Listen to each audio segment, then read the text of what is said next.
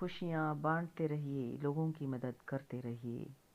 एक बार की बात है, एक बार एक अध्यापक एक संपन्न परिवार के शिष्य के साथ कहीं जा रहे थे तो उस शिष्य को कुछ मजाक सूझी, क्योंकि उसको रास्ते में किसी गरीब मजदूर के जूते दिखाई दिए। उसने अध्यापक से कहा, गुरुजी, अगर हम इन जूतों को छुपा दें तो कितना मज़ा आएगा।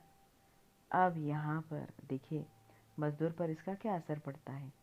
अब उसको तो मजाक सूझ रहा था, लेकिन गुरुजी ने कहा कि नहीं, गरीब इंसान के साथ इस तरह का भद्दा मजाक करना ठीक नहीं है। उसने कहा, क्यों ना हम इन जूतों में कुछ सिक्के डाल दें और देखें कि इसका इस गरीब मजदूर पर क्या प्रभाव पड़ता है। उन्होंने ऐसा ही किया और जैसे ही मजदूर अपना काम करके लौटा और उसने एक पाँव अपने जूते में डाला तो उसको कुछ कठोर सा महसूस हुआ। उसने अंदर हाथ डाला तो उसको कुछ सिक्के दिखाई दिए। वह थोड़ा आश्चर्य में पड़ गया।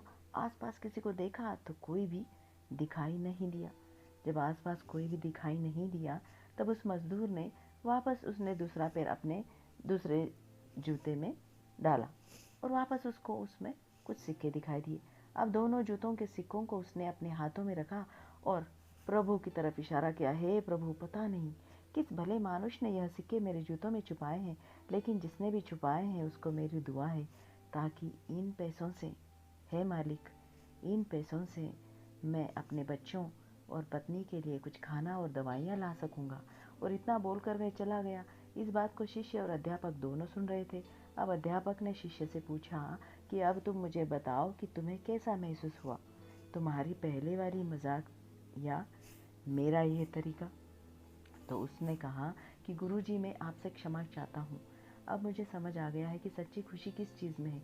जब हम किसी की मजाक उड़ाते हैं तो हमें कुछ पल का आनंद मिलता है, लेकिन इससे हमें बद्दुआ मिलती है। तो बद्दुआ तो मिलेगी ही ना, इसीलिए वो क्या करता है, तो गुरुजी से कहता है कि अगर हम किसी की मुश्किल परिस्थिति में मदद करते हैं और जिसकी भी हम मदद करते हैं उसको भी नहीं पता कि हमने उसकी मदद की है, लेकिन अंदर ही अंदर हमें पता है कि हमने उस इंसान की मदद की है।